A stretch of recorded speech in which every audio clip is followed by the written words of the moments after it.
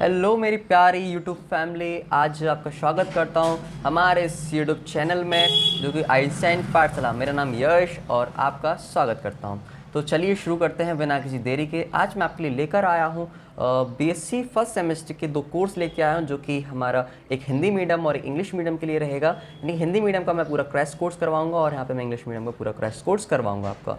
तो अगर मेरी इस वीडियो पे 30 लाइक्स मिलती हैं, पहुंचती हैं, अगर आप लोग ढेर सारा प्यार दिखाते हैं, मेरी वीडियो को शेयर करते हैं, लाइक करते हैं, सब्सक्राइब करते हैं चैनल को, तो 30 लाइक्स होने के बाद हमारी सेकंड वीडियो आएगी। मैं इस वीडियो का एम रखता हूँ 30 लाइक्स का और 100 व्यूज़ का, ठीक है। तो हम सबसे पहले देख लेते हैं, आज हम जर्नी स्टार्ट करते हैं हिंदी मीडियम की बीएससी फर्स्ट सेमेस्टर का जो जूलॉजी का आज मैं लेकर आया हूँ टॉपिक, वो है हमारा प्लाज्मा मेम्ब्रेन। यानी कि हम चैप्टर फर्स्ट आज हम कवर करेंगे जूलॉजी का। तो देरी ना करते हो, आज हम सबसे पहले बोर्ड पे पहुँचते हैं, ठीक है। तो चलिए शुरू करते हैं हम अपने टॉपिक को। तो आज हम बीएससी फर्स्ट सेमेस्टर का जो जूलॉजी का जो चैप्टर नंबर 1 यानी कि structure and function of cell organelles के बारे में हम पढ़ने वाले हैं।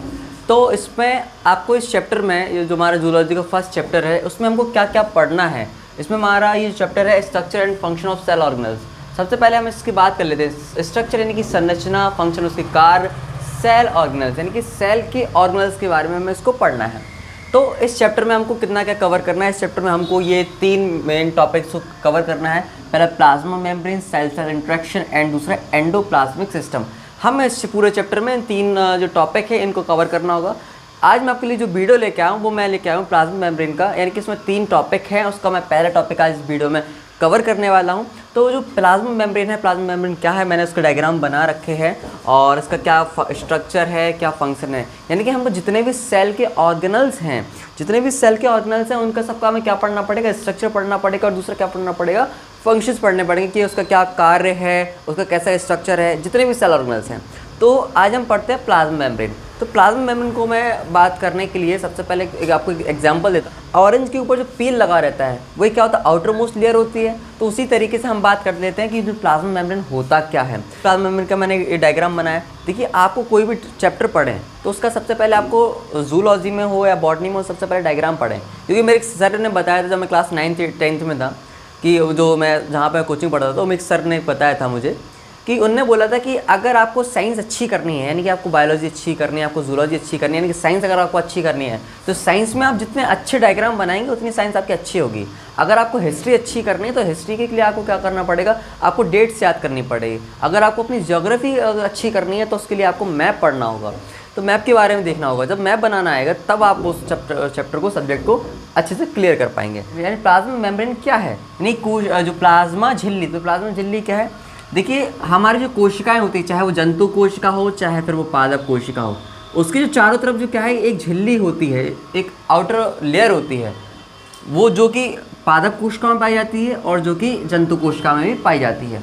ये हमारी जो प्लाज्मा मेम्ब्रेन है, प्लाज्मा मेम्ब्रेन क्या है कि कोशिका के चारों तरफ एक अर्धपारगम झिल्ली होती है। अब एक प्लाज्मा मेम्ब्रेन को एक छोटे से एग्जांपल समझते हैं। मान लो हमारे एक ऑरेंज लिए हुए हैं, ऑरेंज के ऊपर क्या पील चढ़ा हुआ है, क्या है, छिकल चढ़ा हुआ है, तो कह सकते हैं कि एक आउटर मोस्ट लेयर है ये इसकी। तो उसी तरीके से क्या होता है कि हमारी जो सेल होती है, कोशिका होती है, कोशिका के क्या होता है, चारों तरफ क्या होती है, एक कवर होता है, कवर की हुई एक परत होती है जो कि क्या कहलाती है, प्लाज्मा मेम्ब्रेन कहलाती है। अब प्लाज्मा मेम्ब्रेन क्या है, एक अर्धपारगम झिल्ली है। कैसी झिल्ली है, एक अर्धपारगम झिल्ली है, ठीक है।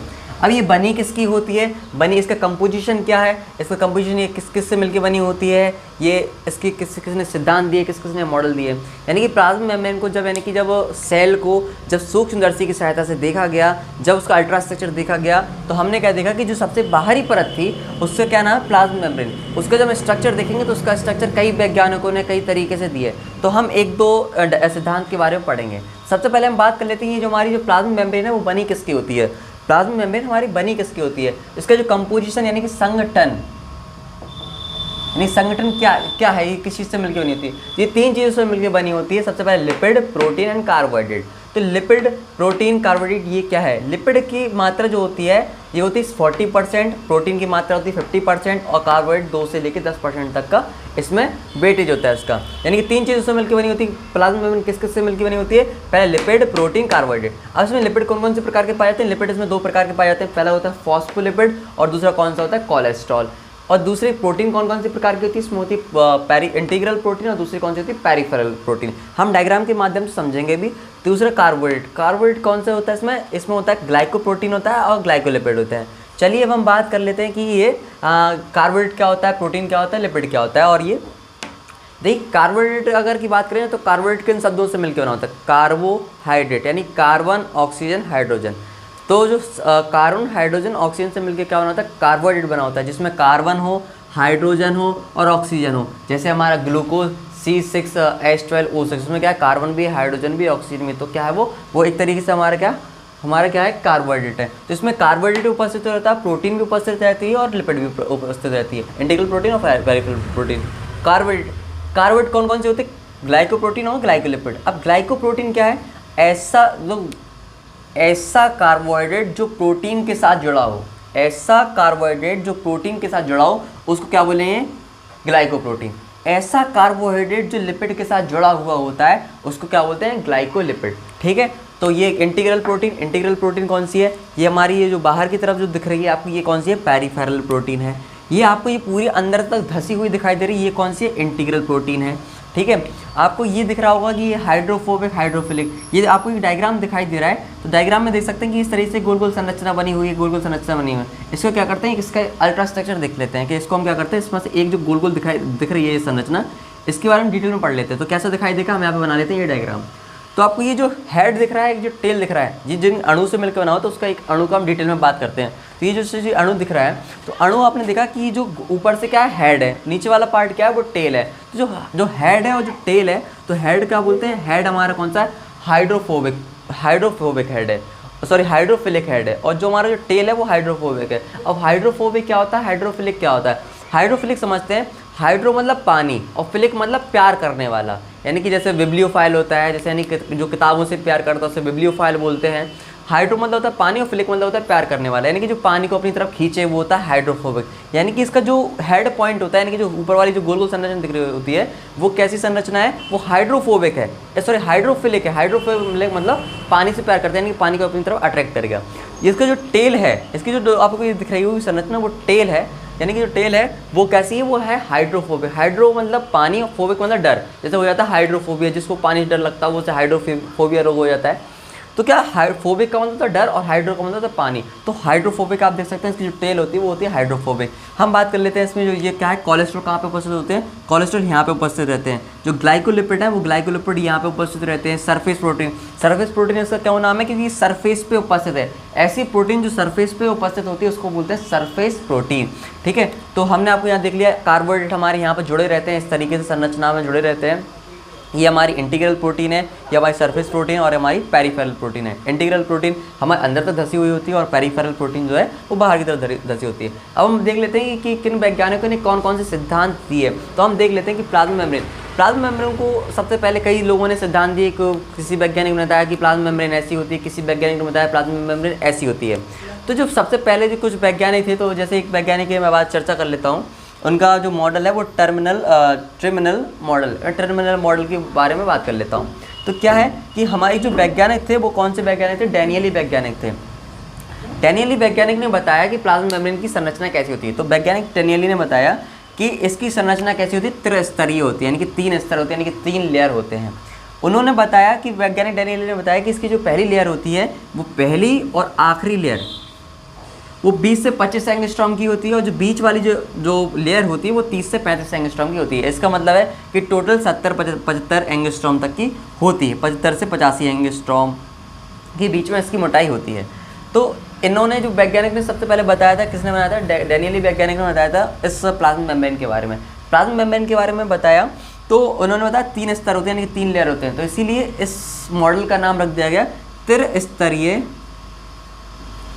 त्रिस्तरीय मॉडल, त्रिस्तरीय प्रारूप। ठीक है, इसके बाद एक वैज्ञानिक आते हैं, वो निकोल्सन आते हैं। तो वैज्ञानिक निकोल्सन आते हैं। अगर इसका सबसे इंपॉर्टेंट अगर मॉडल की बात करें तो वो है हमारा फ्लूइड-मोज़ेक मॉडल। अब बात कर लेते हैं फ्लूइड-मोज़ेक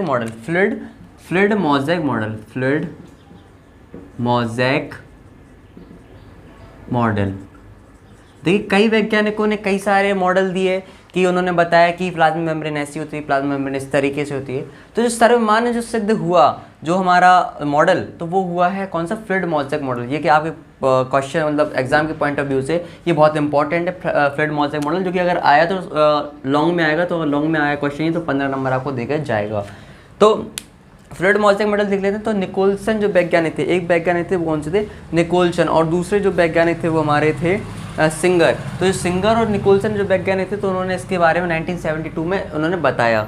क्या बताया कि उन्होंने बताया कि उन्होंने एक मॉडल दिया कि उन्होंने बताया कि ये फ्लूइड-मोज़ेक मॉडल का डायग्राम है।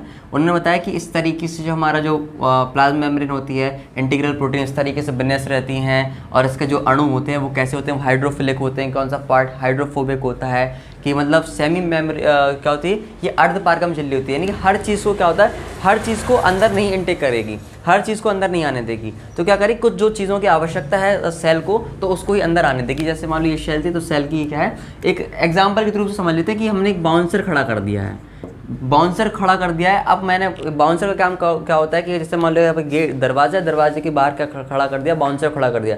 तो बाउंसर से बोलते हैं कि इन चीज़ों को अंदर आने देना, इन चीज़ों को अंदर नहीं आने देना, ठीक है। तो क्या करते हैं कि तो वो वही काम करेगा। तो उसी तरीके से हमारी प्लाज्मा मेम्ब्रेन होती है, मेम्ब्रेन क्या करती है कि कुछ चीज़ों को अंदर आने देगी और कुछ चीज़ों को कुछ चीज़ों को अंदर से बाहर नहीं जाने देगी। तो ये क्या एक तरीके से बाउंसर का काम करती है, कौन, ये हमारी सेल मेम्ब्रेन, बाहर की ये एक आउटर मोस्ट लेयर है, ठीक है। तो उन्होंने इस तरीके बताया कि ये इसका डायग्राम है, आप डायग्राम बना लीजिए। तो उन्होंने बताया कि हाइड्रोफोबिक पार्ट को अंदर नहीं आने देता है, ठीक है, जो पानी है, जैसे पानी को अंदर नहीं आने देता है, कौन सा, टेल पार्ट। ये हाइड्रोफिलिक पार्ट है, वो पानी को अंदर आने देता है, ठीक है। तो इसमें इंटीग्रल प्रोटीन किस तरीके से उपस्थित रहती है, सरफेस प्रोटीन किस तरीके से रहती है, पेरिफेरल प्रोटीन किस तरीके से विन्यस्त रहती है, तो उनको इन्होंने बताया, ठीक है।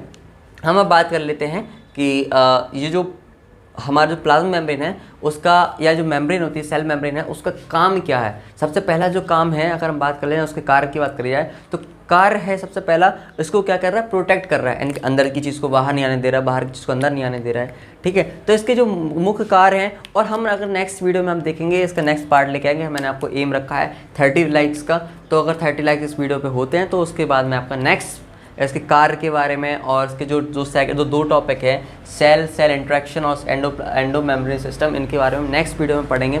बस आज के लिए हम इतना ही रखते हैं, और अगली वीडियो में हम पढ़ेंगे कार्य के बारे में, ठीक है। तो आई होप आपको ये टॉपिक समझ में आएगा। मिलते हैं नेक्स्ट क्लास में। जय हिंद।